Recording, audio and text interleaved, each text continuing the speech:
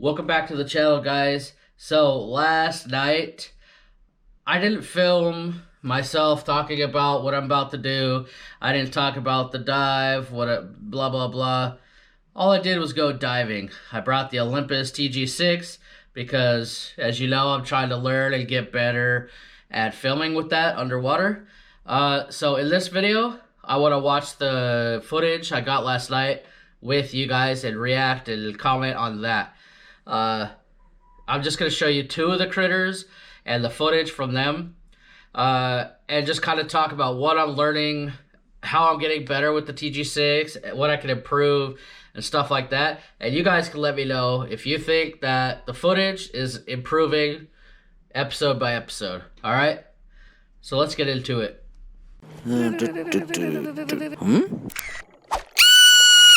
Critter Hunter. All right, guys, like I said, let's look through the footage from last night. Just two critters. Bear with me.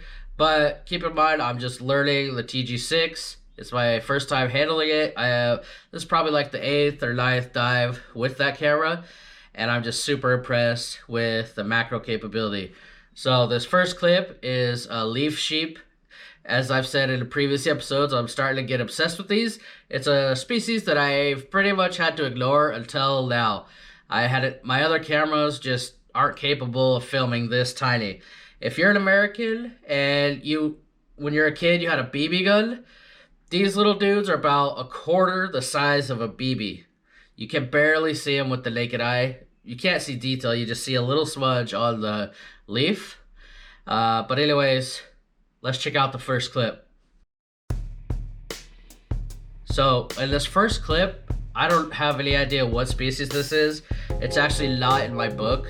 There's only like 4 species of little Shaun the Sheep nudibranchs, and this isn't one of them, so I can't tell you. But I can say he's one of the cool ones.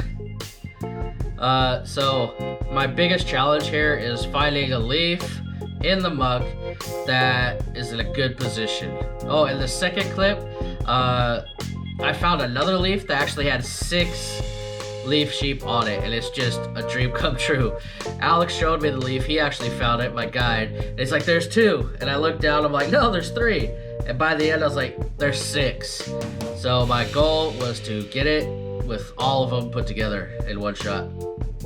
So these guys are so close to the camera lens that I'm having a really hard time getting light in between the little dude and the camera. As you can see, the light's around him on the leaf, the little grains of sand, but his face is shadowed. That's closest to the camera, and even his little body parts, his antenna, like right there, they're just shading his face, and it's a bummer because you can see his 2 little eyes. So I need to come up with a better system. I think I'm getting good at the macro shots, the slow motion, the focus. Oh my god, look at that one. That's probably the best position. I think I sat down and rearranged the lights so that they would be in a better position, just coming from every angle. And now you can see his face. This is by far the best footage I've got of Shaun the Sheep nudibranchs, or leaf sheep. Oh man. So in this clip, I wanted to show you my light basically failed. As you can see, both of my lights, I was using them so much. The batteries were dying, they just kept turning off. So right here in this clip, I'm basically using my flashlight, my torch. So horrible lighting. I just wanted to show you like an unedited, crappy clip. This is about as worse as it gets. This is what you'll get with no light and a night dive with 0, it's complete pitch dark, and now I'm just trying to hold my little torch and light these guys up. But as you can see, I'm kind of showing, even though it's bad lighting, bad focus, I'm trying to show you all the leaf sheep on this little leaf because it's so cool. I've never seen so many or been able to film them. So it's not awesome footage. I mean, you can see this one, it's clear. And that's another thing, this dive site, I love it. It's a muck diving paradise, but it's so silty, man. One little fin touches the ground and the sand just, and it never goes down. So you can see so many particles right here because it's, on this site, it would be impossible to shoot wide angle. Your wide angle shots would just be covered in sand and horrible visibility. But you can see just the sand and particles here just getting in the way. So don't mind those. Besides that, this is awesome footage. 2, 3 leaf sheep in one clip. Yeah, there's the third one. This is amazing. That baby one, you can't even see with the naked eye.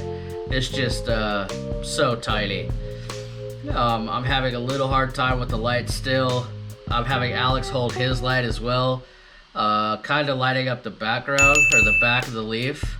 I mean, these leaves don't grow in an easy position, you know. I've had to ignore a lot of these leaf sheep and other species that are just not in a great position. Oh yeah, I think I wanted to show you this clip because it looks like these little guys are racing. I just love these guys. I love this stuff because it's something that 99.999% of the world has never seen.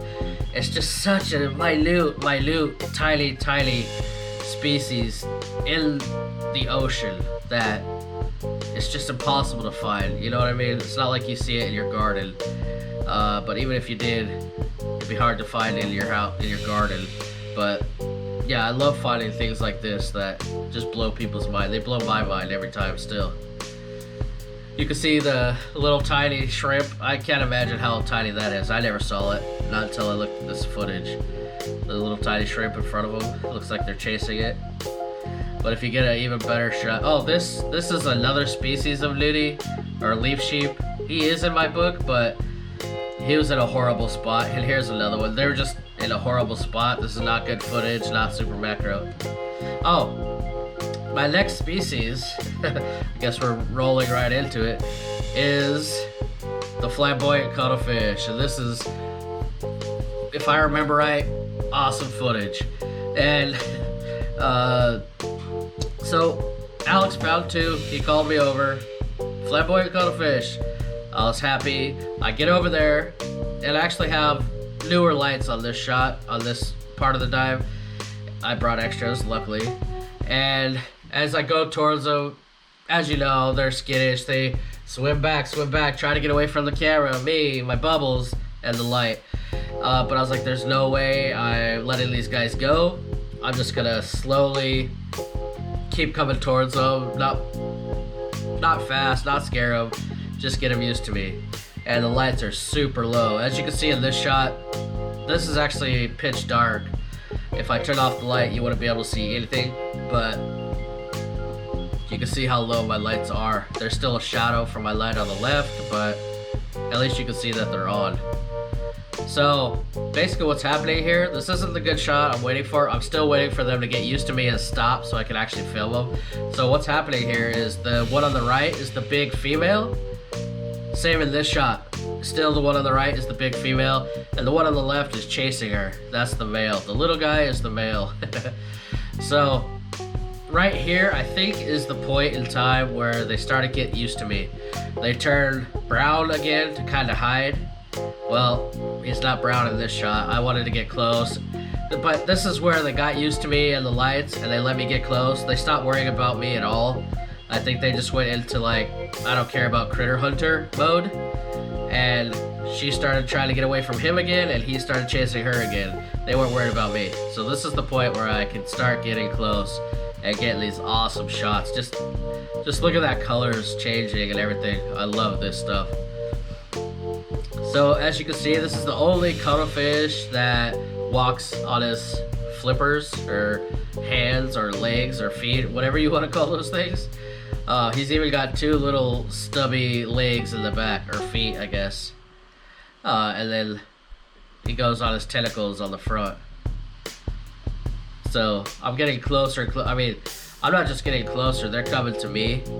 The male does not care about me right now. That's the male. And all he wants to do, I think he's trying to get some sexy rumba time because he doesn't care about the camera anymore. And neither does the female. She's just kind of circling, getting away from the male. She's like, nah, I don't like you. So I'm kind of focused. Well, this isn't a great focus right here, but the camera had a little bit of hard time with that flashing color on his back. It's kind of hard and confusing for the camera to focus. That's probably how they roll. That's probably how they dazzle predators and confuse them as well. But still, this is an awesome shot, and you can see now how close they're letting me get. They don't care about me anymore.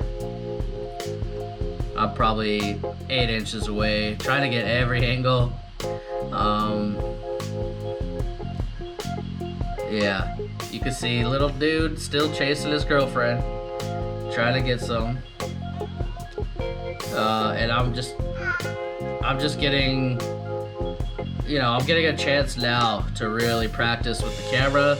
This isn't my macro shots, of course. I mean, the little one is probably 4 inches long, and the big one a little bit bigger. But I am having fun practicing with the zoom, the slow motion, the fast, the 4K.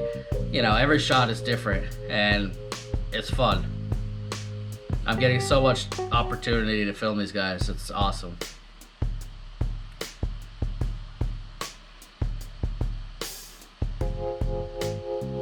I think you can see why these are definitely my, well, top 5 favorite critters in the ocean, and I don't see them all the time.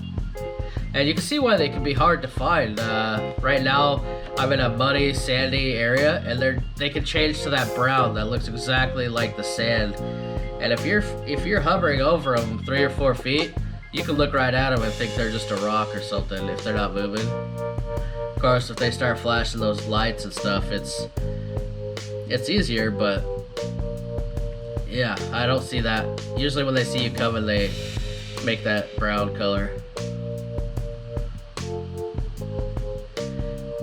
So in this final shot, the female finally circled away and scooted, and I can only film one or the other because they were too far apart.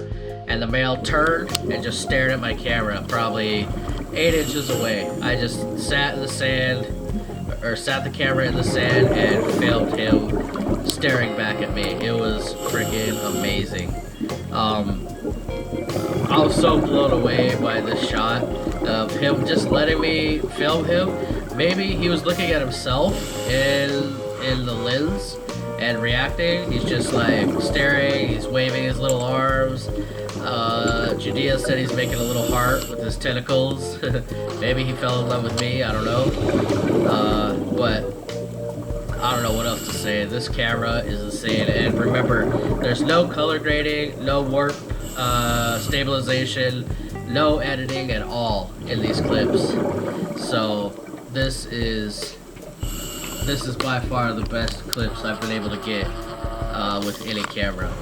So yeah, I'm just blown away. What do you guys think? I mean, not just how cute he is, but what do you think about the quality of the footage? Is it increasing, or you know, is my skills increasing, and what?